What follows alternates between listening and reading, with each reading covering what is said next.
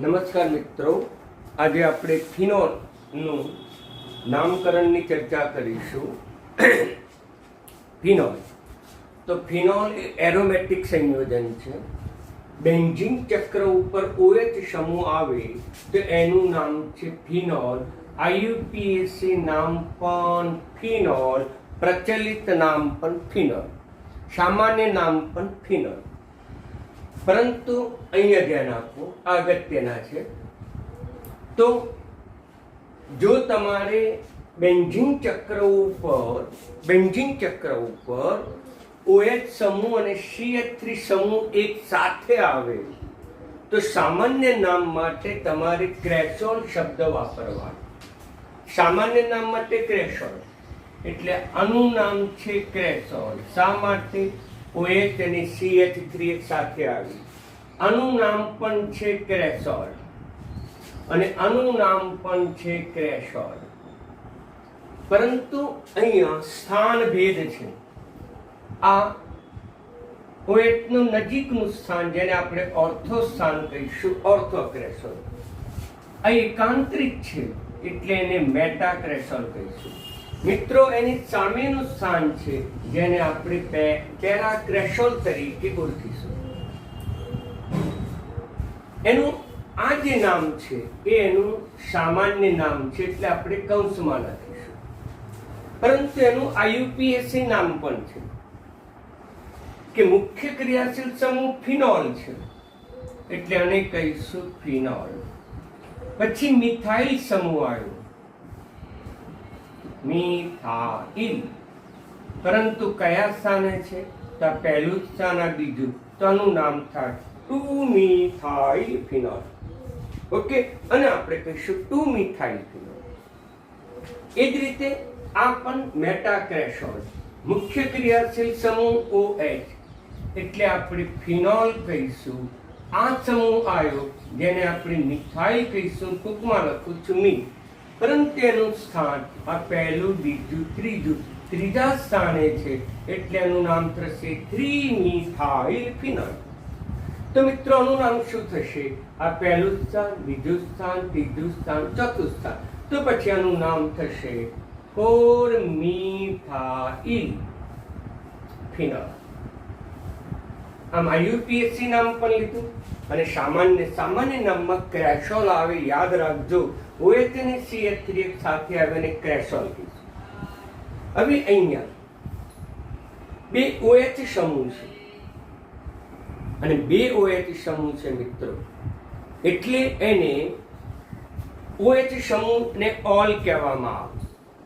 પરંતુ બે છે એટલે આનું નામ છે મુખ્ય સમૂહ બેન્ઝીન ડાયોલ.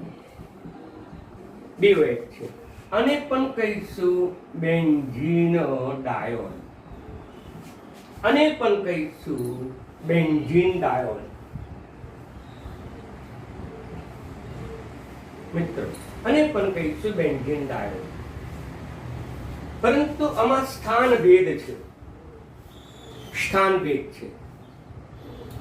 આમાં પહેલું અને બીજા સ્થાને છે, એટલે બેન્ઝીન 1,2 ડાયોલ તરીકે ઓળખીશું.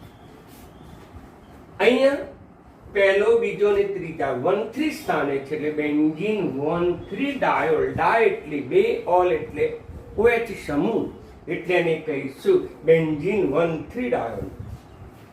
આ જે છે એ પહેલું સ્થાન, બીજું સ્થાન, ત્રીજું સ્થાન ને ચોથું સ્થાન, માટેનું નામ થશે બેન્ઝીન 1,4 ડાયોલ. આમ એનું IUPAC નામ મેં લખ્યું, પણ મિત્રો એના પ્રચલિત નામ પણ છે. જો બે OH સમૂહ પાસે હોય તો તેને કેટેકોલ કહેવામાં આવે, એને કેટેકોલ તરીકે ઓળખવામાં આવે. જો એકાંતરિત હોય તો આ સૂત્ર તો 11 સાયન્સમાં પણ આવી ગયું છે, તેને કહીશું રિસોર્સિનોલ. એની રિસોર્સિનોલ તરીકે ઓળખીશું.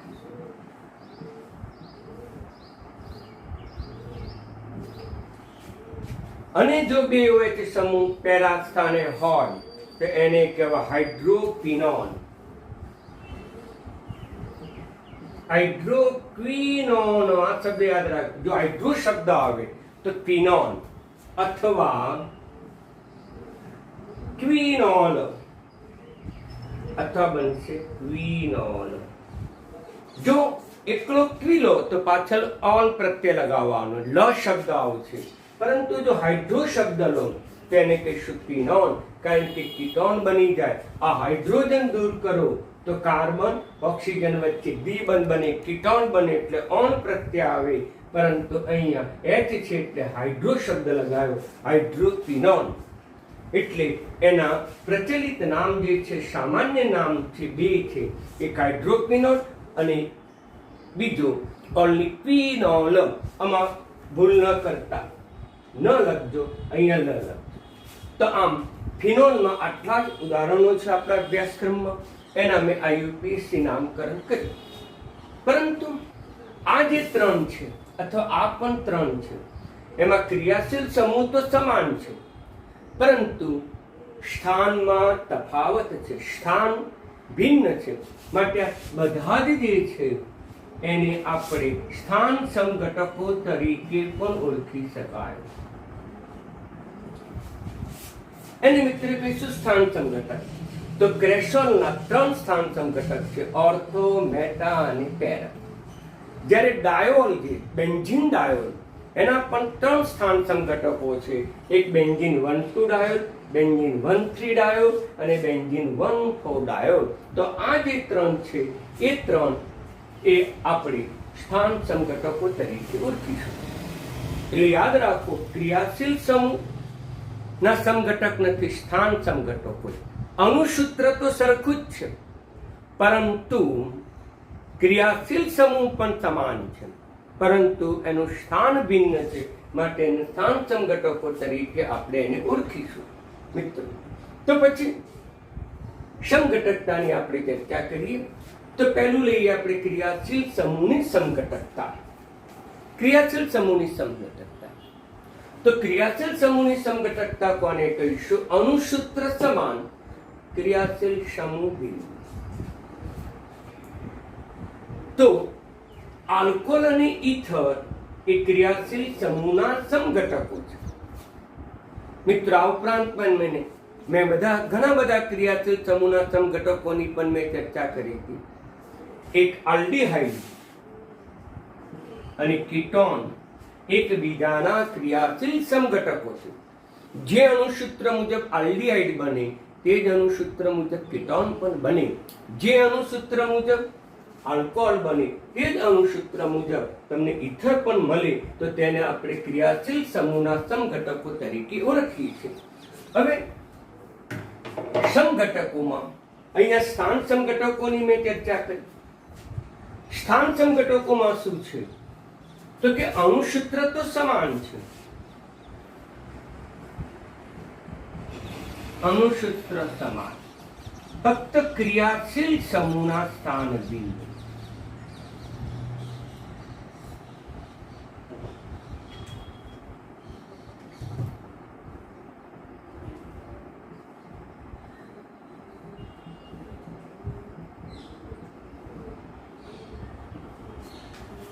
અહીંયા ભિન્ન સ્થાન છે. 1,2 અહીંયા 1,2, 1,3 અહીંયા 1,3, 1,4 તો અહીંયા પણ 1. માટે આ ત્રણને સ્થાન સમઘટકો કહેવાય. આ ત્રણને પણ સ્થાન સમઘટકો કહેવાય. હવે ક્રિયાશીલ સમૂહના સમઘટકો. તો ક્રિયાશીલ સમૂહ જ ભિન્ન. અહીંયા ક્રિયાશીલ સમૂહ સમાન છે. આમાં ક્રિયાશીલ સમૂહ OH છે અને CH. અહીંયા ક્રિયાશીલ સમૂહ OH છે ને OH છે. તો અહીંયા અણુસૂત્ર સમાન, ક્રિયાશીલ સમૂહ પણ સમાન.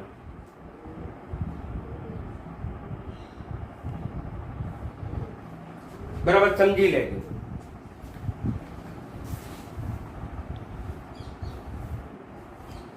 આટલો ડિફરન્સ થશે. અણુસૂત્ર સમાન,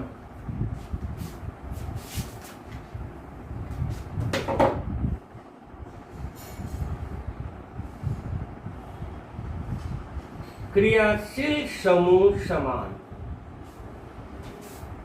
પરંતુ ક્રિયાશીલ સમૂહનું સ્થાન જ ભિન્ન. તેને કહીશું સ્થાન સમઘટકો. આ ઉદાહરણ 1, આ ઉદાહરણ 2. હવે આપણે ક્રિયાશીલ સમૂહના સમઘટકોની ચર્ચા કરીએ તો કે અણુસૂત્ર સમાન હશે, ક્રિયાશીલ સમૂહ ભિન્ન. આ અણુસૂત્ર ધરાવતા પદાર્થો આલ્કોહોલ પણ હોઈ શકે અને ઇથર પણ હોઈ શકે, પરંતુ કાર્બન સંખ્યા 2 થી વધારે હોવી જોઈએ. દાખલા તરીકે આપણે લઈએ C3 3 મૂકો, HHO.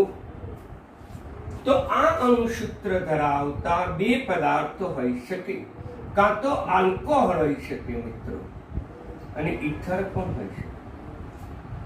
તો હવે આલ્કોહોલ બનાવો, 3 કાર્બન ધરાવતો આલ્કોહોલ મિત્રો. તો એમાં OH સમૂહનું સ્થાન ક્યાં? તો કે પહેલા સ્થાને. બાકીની સંયોજકતા હાઇડ્રોજન વડે પૂર્ણ કરી દો. 3 ને 2 5 ને 2 7 ને 7 થઈ ગયા. ઇથર બનાવીએ તો ઓક્સિજનની બંને સંયોજકતા કાર્બન વડે પૂર્ણ કરવી પડે. 2 કાર્બન આવ્યા, હજુ એક ત્રીજો કાર્બન હોઈ શકે. આ બાજુ પણ લખી શકાય, આ બાજુ પણ લખી શકાય. અને સંયોજકતા હાઇડ્રોજન વડે પૂર્ણ કરી દીધી. 3 ને 2 5 ને 3 થઈ ગયું. તો આમ એક આપણને આલ્કોહોલ બન્યું. આનું નામ છે પ્રોપેનોલ. આનું નામ છે IUPAC નામ.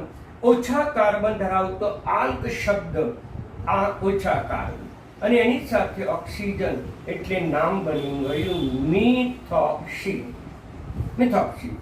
આ વધુ કાર્બન ધરાવતો હાઇડ્રોકાર્બન જેને આપણે કહીશું ઇથેન, તો આનું નામ થશે મિથોક્સી ઇથેન. તો આમ આલ્કોહોલ અને ઇથર એકબીજાના સમઘટકો છે. પરંતુ મિત્રો બીજો પણ આલ્કોહોલ બની શકે,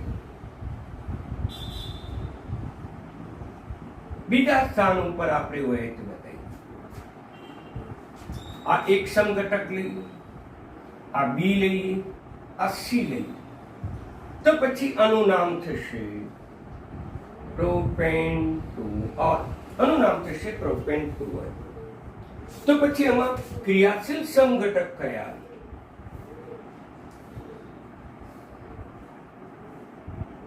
એક તો E અને B પણ આવે અને બીજું આવે B અને C પણ આવે, જેને આપણે ક્રિયાશીલ સમઘટકો તરીકે ઓળખી શકાય. ક્રિયાશીલ સમૂહ ભિન્ન.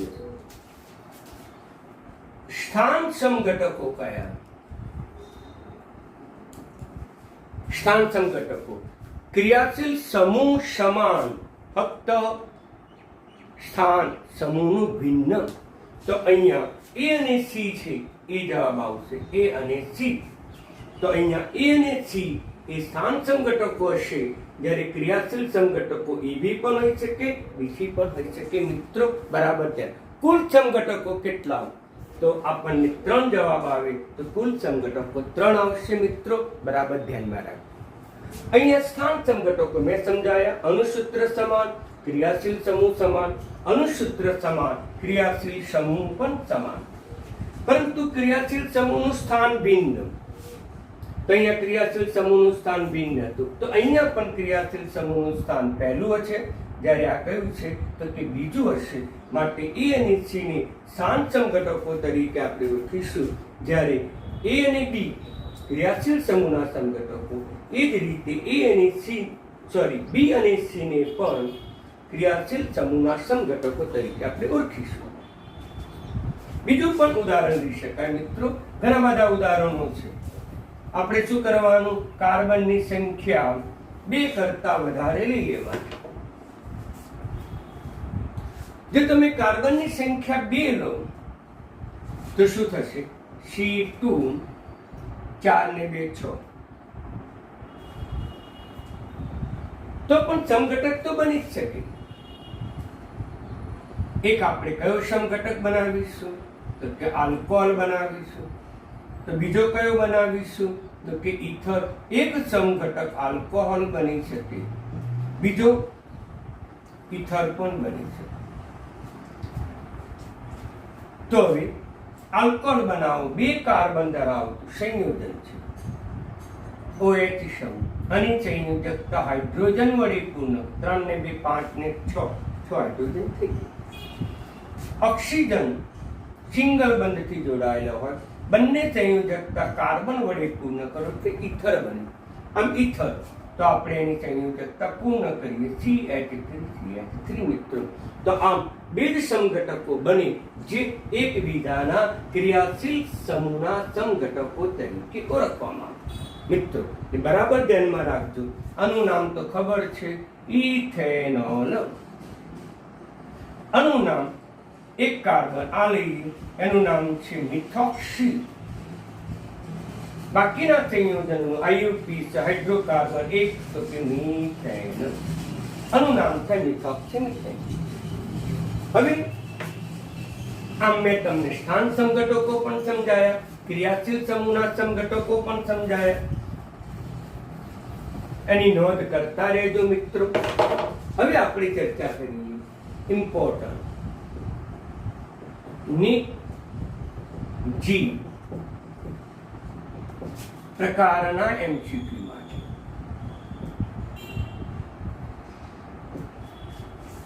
NIC G પ્રકારના MCQ માટેની આ ચર્ચા છે મિત્રો, ધ્યાન આપજો.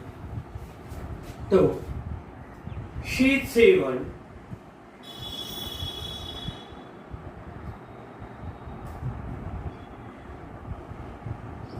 H8O ના સમઘટકો જણાવો.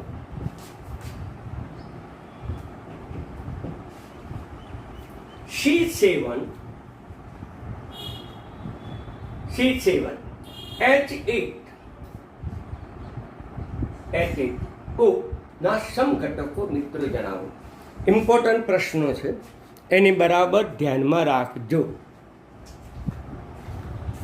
તો પહેલા તો નક્કી કરીશું કે આ સરળ શૃંખલા વાળું છે કે ચક્રીય છે. તો CnH twice n plus 1 સૂત્રમાં n બરાબર 7 મૂકતા C7 7 14 ને 15 થાય. અહીંયા હાઇડ્રોજનની સંખ્યામાં બહુ મોટો તફાવત છે. અહીંયા હાઇડ્રોજન 15 છે, અહીંયા હાઇડ્રોજન 8 છે. તો હાઇડ્રોજનની સંખ્યામાં મોટો તફાવત છે, જે સૂચવે છે કે તે ચક્રીય એરોમેટિક સંયોજન છે. મિત્રો સમજી લો આ બાબતને ખાસ. પહેલા તો તમે નક્કી ના કરી શકો કે સરળ શૃંખલા વાળું છે કે આવું ચક્ર વાળું છે, બેન્ઝીન ચક્ર વાળું. તો તમે અહીંયા કાર્બન 7 આપ્યા છે, આ સૂત્રમાં n બરાબર 7 મૂકો તો હાઇડ્રોજન 15 થવું જોઈએ. આપેલા અણુસૂત્રમાં હાઇડ્રોજન 8 છે. આમ તફાવત ઘણો મોટો છે. સામાન્ય રીતે તફાવત 6 થી મોટો હોય, તફાવત મોટો છે. 6 થી વધુ હોય તો તમારે સમજી લેવાનું કે સરળ શૃંખલા વાળું સંયોજન નહીં હોય, ચક્રીય એરોમેટિક સંયોજન જ હશે મિત્રો. એટલે આ નોંધ તમે બરાબર કરજો. તો ચક્રીય સંયોજન છે. હવે આ ચક્ર છે તો કે બેન્ઝીન ચક્ર છે, બેન્ઝીન ચક્ર છે. હવે ઓક્સિજન છે. એક ઓક્સિજન ધરાવતા ક્રિયાશીલ સમૂહ કયા? તો એક ઓક્સિજન ધરાવતા ક્રિયાશીલ સમૂહ આલ્કોહોલ હોઈ શકે, ઇથર પણ હોઈ શકે, આલ્ડીહાઇડ પણ હોઈ શકે અને કીટોન પણ હોઈ શકે. એક જ ઓક્સિજન ધરાવતા 4 ક્રિયાશીલ સમૂહ છે. હવે સૌ પ્રથમ આપણે લઈએ આલ્ડીહાઇડ. તો 7 કાર્બન થઈ ગયા, 6 કાર્બન 7, પરંતુ અણુસૂત્ર શું થાય તો C6H5 CH, 7 કાર્બન તો છે, 5 ને 1 6 હાઇડ્રોજન છે, અહીંયા 8 હાઇડ્રોજન છે, માટે આલ્ડીહાઇડ હોઈ શકે નહીં.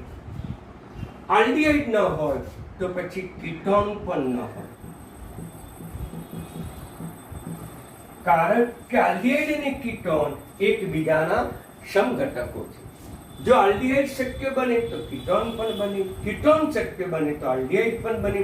મિત્રો અહીંયા સ્પષ્ટ રીતે કહી દઉં છું કે અહીંયા કીટોન પણ શક્ય નથી, આલ્ડીહાઇડ પણ શક્ય નથી. તો પછી શું શક્ય હોવું જોઈએ? તો કાં તો ફિનોલ શક્ય હોવો જોઈએ, કાં તો ઇથર શક્ય હોવું જોઈએ, તો પછી આલ્કોહોલ પણ શક્ય હોવો જોઈએ. મિત્ર બરાબર ધ્યાનમાં રાખજો, આ બધી નોંધ કરતા રહેજો. હવે 7 કાર્બન છે, 7 કાર્બન, એક ઓક્સિજન છે, અહીંયા ઓક્સિજન છે, CH3 લખો. કેટલા થયા? 1 2 3 4 5 ને 3 8, અને પાછો અહીંયા OH. તો અહીંયા એક હાઇડ્રોજન, આ બીજો, ત્રીજો, ચોથો, 5 5 ને 3 8. મિત્રો 8 હાઇડ્રોજન થઈ ગયા, માટે આ અણુસૂત્ર ધરાવતો આ સમઘટક હોવો જોઈએ.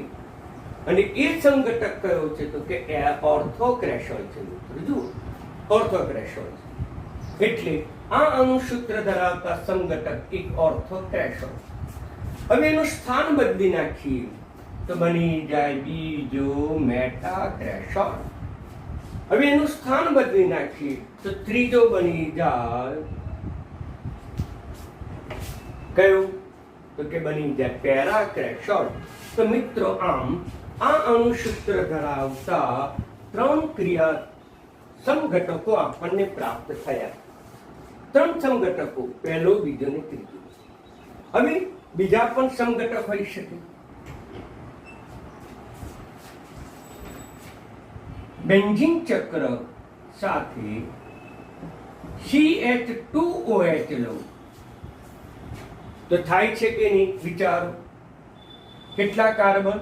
આ 1, આ 2, 3, 4, 5, 6 અને 7. તો 7 કાર્બન છે, 8 હાઇડ્રોજન, 2 ને 1 3, અહીંયા ના હોય, 4 5 6 7 અને 8 હાઇડ્રોજન પણ, એક ઓક્સિજન પણ. પરિણામે અહીંયા કયું સંયોજન બન્યું? તો કે આલ્કોહોલ બન્યું. તો પછી એનું નામ શું થશે? આ જે ક્રિયાશીલ સમૂહ છે એનું નામ છે બેન્ઝાઇલ. એને આપણે કહીશું બેન્ઝાઇલ. પાછળ OH છે એટલે બેન્ઝાઇલ આલ્કોહોલ કહી શકાય. એને કહીશું બેન્ઝાઇલ આલ્કોહોલ. હજુ પણ મિત્રો ધ્યાન આપો, આ જે નામ છે સામાન્ય નામ છે, બેન્ઝાઇલ આલ્કોહોલ છે સામાન્ય નામ છે. તો IUPAC નામ શું થશે? તો લાંબી શૃંખલા ધરાવતો એક જ કાર્બન છે ને એક જ કાર્બન ધરાવતો આલ્કેન છે, મીથેન. પાછળ આલ્કોહોલ છે એટલે ઓલ પ્રત્યય આવે. બાકીનો જે સમૂહ છે એને આપણે કહીશું ફિનાઇલ. માટેનું IUPAC નામ થશે ફિનાઇલ મિથેનોલ.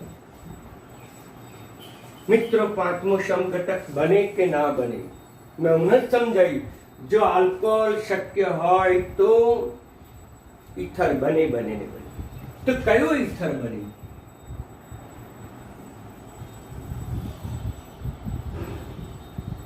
ઇથરમાં ઓક્સિજન ધરાવતા બંને સંયોજકતા કાર્બન વડે પૂર્ણ થયું.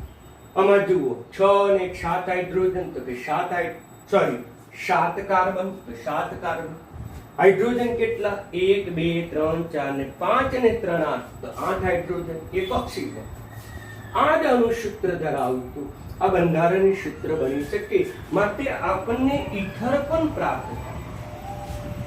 આનું નામ શું થાય? તો આ એક કાર્બન ધરાવતો ગ્રીક શબ્દ મિથ સાથે ઓક્સિજન આવી જાય એટલે આનું નામ થાય મિથોક્સી. પછી આ ભાગ છે હાઇડ્રોકાર્બનનું આયુપીએસી નામ, જેને આપણે બેન્ઝીન કહીએ છીએ, એટલે મિથોક્સી બેન્ઝીન નામ. પરંતુ આ જે નામ છે એ આયુપીએસી નામ થશે. સામાન્ય નામ શું થશે? તો મિથાઇલ ફિનાઇલ ઇથર. તો પહેલો કયો શબ્દ આવે? ફિનાઇલ કે મિથાઇલ?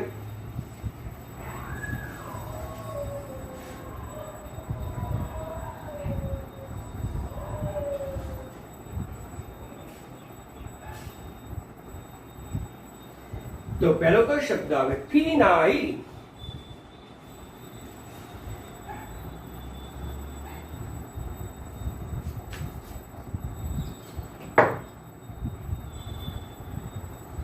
ફિનાઇલ, મિથાઇલ ઇથર. આનું નામ થશે ફિનાઇલ મિથાઇલ ઇથર. પહેલો એમ આવે મિત્રો, એટલે આ નામ ખોટું. તો પછી એનું નામ શું થશે? મિથાઇલ ફિનાઇલ ઇથર, જેનું બીજું નામ પ્રચલિત નામ છે મિત્રો એનિસોલ. તો આ નામ સાચું. ઓકે, આ જે નામ છે એ સામાન્ય નામ છે. આ નામ ખોટું. ઓકે, તો વ્યવસ્થિત રીતે તૈયાર કરો. તો પછી આના કુલ સમઘટકો કેટલા? તો મિત્રો કુલ સમઘટકો 5. કુલ 5.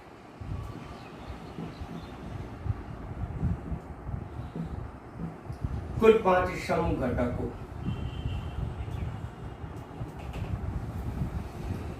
એમાં સ્થાન સમઘટકોની સંખ્યા કેટલી?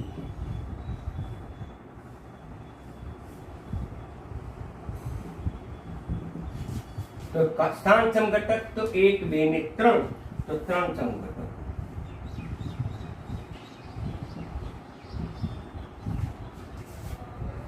ક્રિયાશીલ સમૂહના સમઘટકો.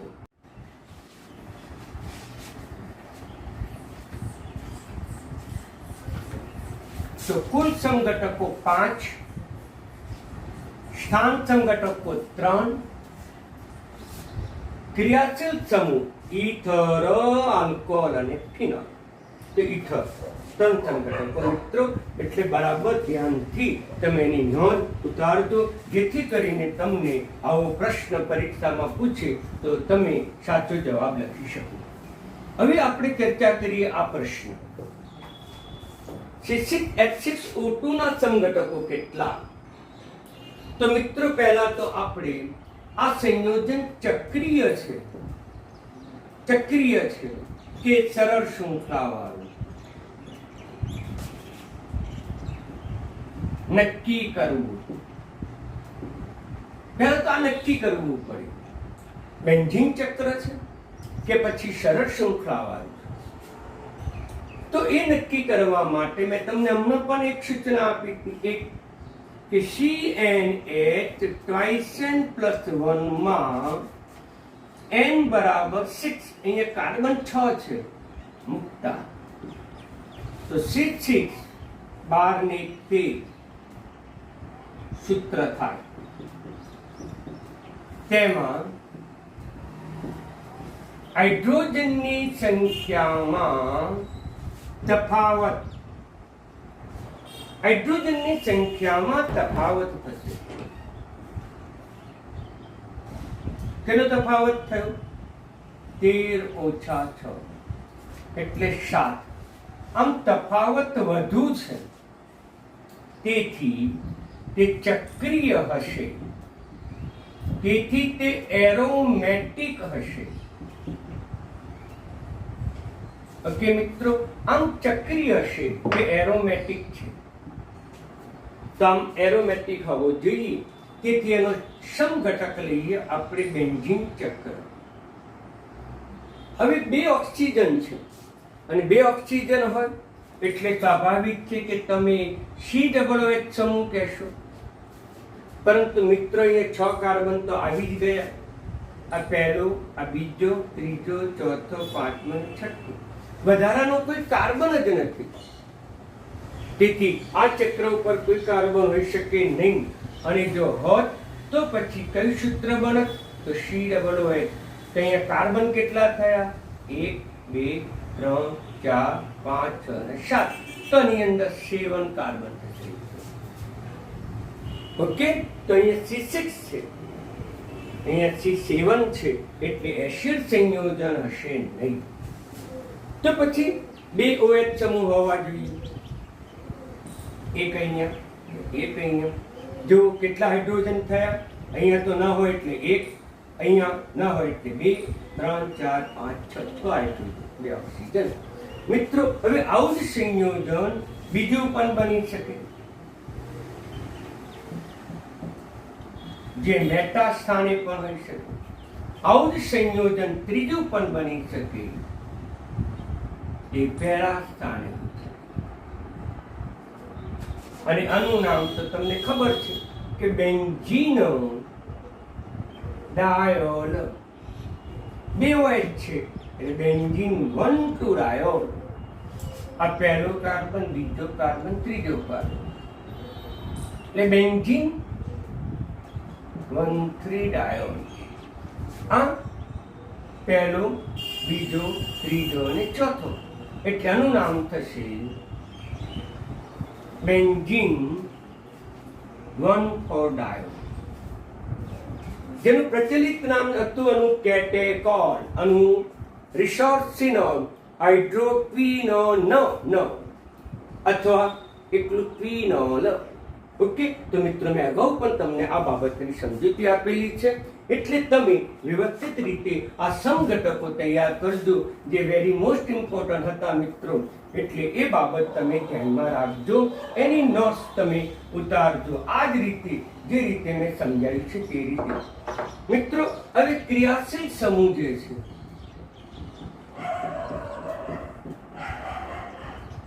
સમૂહના બંધકોણ. ક્રિયાશીલ સમૂહના બંધકોણ ધ્યાન આપજો, જે તમને નીટ GK માં તમને પૂછે છે. તો ક્રિયાશીલ સમૂહના બંધકોણ, તો આપણે ઓક્સિજનની 2 સંયોજકતા છે મિત્રો, બંને સંયોજકતા હાઇડ્રોજન વડે પૂર્ણ કરીશું. યાદ રાખો કે ઓક્સિજન યુક્ત ક્રિયાશીલમાં ઓક્સિજન હંમેશા sp3 સંકરણ જ ધરાવે છે. આમાં ઓક્સિજન છે sp3 સંકરણ, અને sp3 સંકરણને પરિણામે આ 2 અબંધકારક ઇલેક્ટ્રોન યુગ્મ છે, અને એને પરિણામે બંધકોણ આપણને 109 ડિગ્રી 28 કલા જોવા મળતો નથી. તેના સ્થાને અહીંયા બંધકોણ સંકોચાય છે, અને પાણીની અંદર 104.5 ડિગ્રી બંધકોણ જોવા મળે. આ પાણીનું બંધારણ છે. sp3 સંકરણ બંધકોણ પ્રમાણિત 109 ડિગ્રી 28 કલા હોવો જોઈએ, પરંતુ મિત્રો આની અપાકર્ષણ અસરને પરિણામે જે બંધકોણ છે સંકોચાઈને 104.5 ડિગ્રી જેટલો બંધકોણ બને છે. અને કેટલીક જગ્યાએ 104 ડિગ્રી અને 30 કલા પણ લખેલું છે મિત્રો, એ ધ્યાન આપજો. આ પાણીમાં બંધકોણ છે. હવે આપણે ચર્ચા કરીએ આપણો ક્રિયાશીલ સમૂહ પહેલો આલ્કોહોલ. તો આલ્કોહોલની અંદર આ કાર્બન સાથે ઓક્સિજન સાથે હાઇડ્રોજન, પણ આ કાર્બન બીજા 3 પરમાણુ સાથે જોડાયેલો હોય એટલે કાર્બનની સંયોજકતા પૂર્ણ થઈ. દાખલા તરીકે અહીં હાઇડ્રોજન લઈ લઈએ તો બની ગયું મિથેનોલ. તો પછી અહીંયા 2 અબંધકારક ઇલેક્ટ્રોન યુગ્મ હશે. અહીંયા મેં કક્ષક બતાવી, અહીંયા મેં ઇલેક્ટ્રોન યુગ્મ બતાવી. આટલો ડિફરન્ટ બંનેનો અર્થ એક સરખો. sp3 સંકરણ છે, બંધકોણ કેટલો હોવો જોઈએ? 109 ડિગ્રી 28 કલા પણ નથી, કારણ કે આ જ સિદ્ધાંત પ્રમાણે બંધકોણ સંકોચાઈ જશે. આના કરતા અહીંયા અપાકર્ષણ વધુ છે, માટે આના કરતા તેનો બંધકોણ થોડો વધી જશે, એટલે 108.9 ડિગ્રી. મિત્રો યાદ રાખજો, બરાબર. આ જે બંધકોણ છે એ તમને MCQ માં યાદ રાખવાનું છે. હવે આ થઈ ગયો આલ્કોહોલ. હવે પાછો આપણે ઓક્સિજન સમૂહ ધરાવતો ક્રિયાશીલ સમૂહ કયો? તો કે ફિનોલ છે, આ ફિનોલ છે.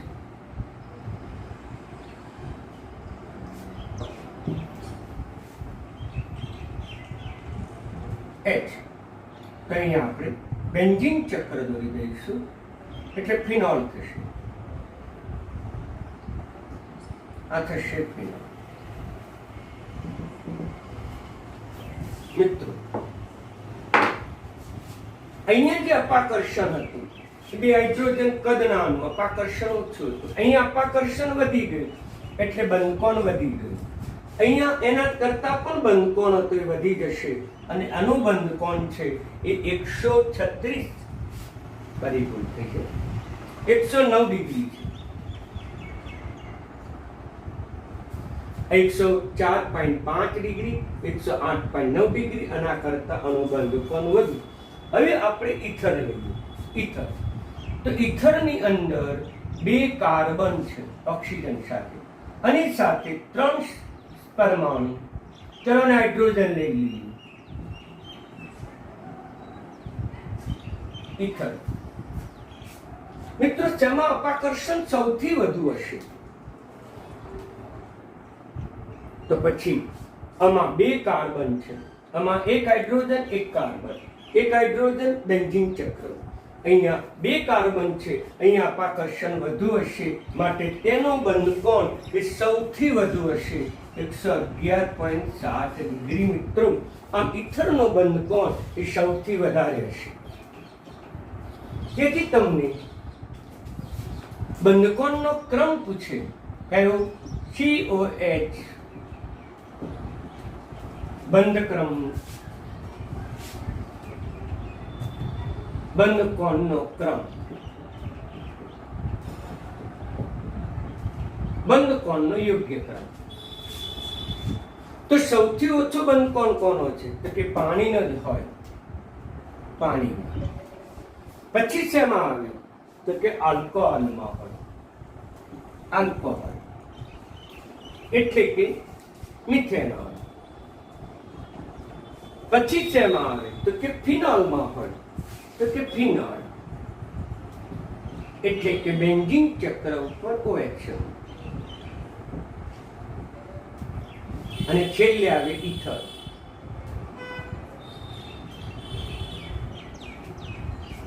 આમ જાઓ તો બંધકોણ વધે.